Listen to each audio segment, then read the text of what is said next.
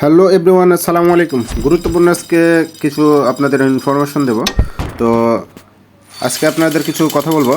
যেহেতু নতুন বেটা ভার্সনে যেই ইয়াটা আসছে, আপডেটটা আসছে, সেটা হচ্ছে যে আপনার অটোর সাথে অটো গেম প্লে পড়বে, বিটেমের সাথে বিটেম এবং ফেয়ারের সাথে ফেয়ার।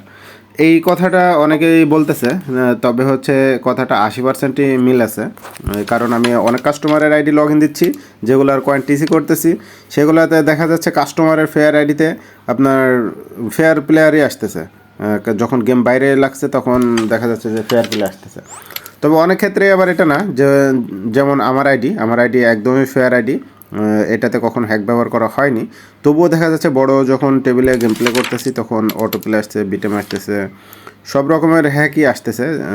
যদিও আমি আমার আইডিতে কখনো হ্যাক ইউজ করিনি বলতে গেম প্লে করিনি হ্যাক দিয়ে শুধু গোল্ডেন শট মারছি।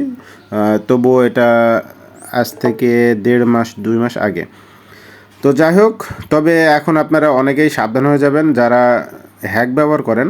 শুধু অটো প্লে ব্যবহার করলে যে আইডি ব্যান হবে তা না, আপনাদের ক্যারামের এমন একটা সিস্টেম চলে আসছে, আপনারা যে ভার্সনটা ইউজ করবেন হ্যাকের, সেই ভার্সনটা মিনি ক্লিপ এখন বুঝতে পারে।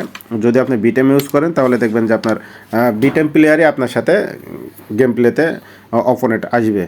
সেহেতু আপনারা এখন কোনো প্রকারের হ্যাক থেকে দূরে থাকার চেষ্টা করবেন, সকল প্রকার হ্যাক থেকে, যদি আপনার আইডিটা সেভ রাখতে চান। আর যদি মনে করেন যে না, আপনার শুধু গেম প্লে করারই শখ হ্যাক দিয়ে, তাহলে গেম প্লে করবেন, সমস্যা নেই। তবে আপনার আইডিটা অবশ্যই চাঁদে চলে যাবে।